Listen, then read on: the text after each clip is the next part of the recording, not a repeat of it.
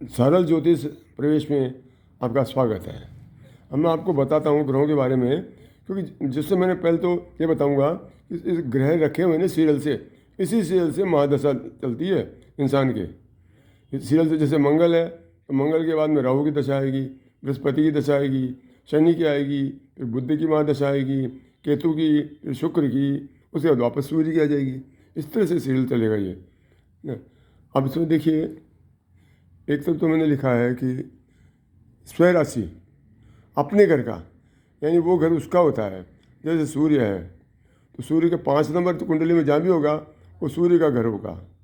इसी तरह से चंद्रमा जहाँ होगा वो 4 नंबर होगा, वो चंद्रमा का घर होगा। मंगल 1 और 8 नंबरों का मालिक हो गया। राहु 6 का मालिक हो गया। बृहस्पति 9 और 12 का मालिक हो गया। जहाँ भी 9 और 12 होंगे वो बृहस्पति का स्थान होगा। इसके बाद में शनि 10, 11 मकर और कुंभ हो गया ना, 10 का मतलब सीरियल से गिरने पर। बुध का मिथुन और कन्या का, यानी 3 और 6। इसी तरह से केतु का हो गया 12, यानी मीन राशि हो गया ना।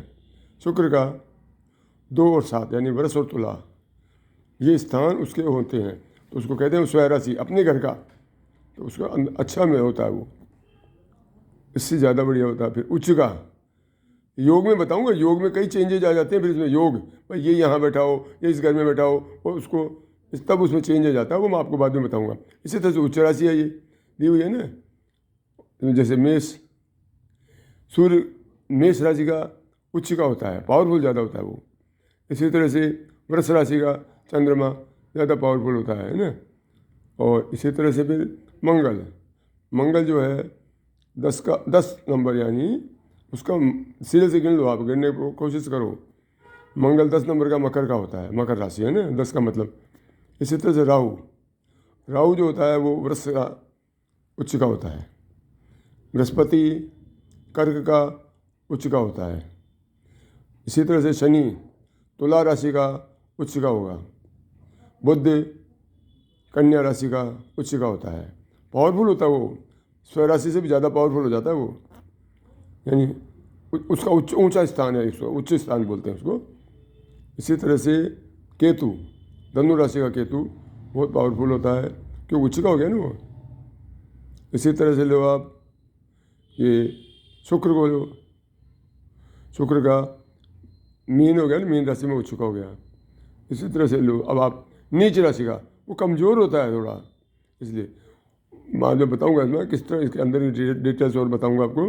सूर्य तुला राशि में अगर बैठता है 7 नंबर में तो वो नीच का हो जाता है, वीक हो जाता है वो। चंद्रमा 8 नंबर, यानी वृश्चिक राशि का, वो नीच का हो जाता है ना। तो ये वीक होते हैं इस तरह से, नीच का मतलब।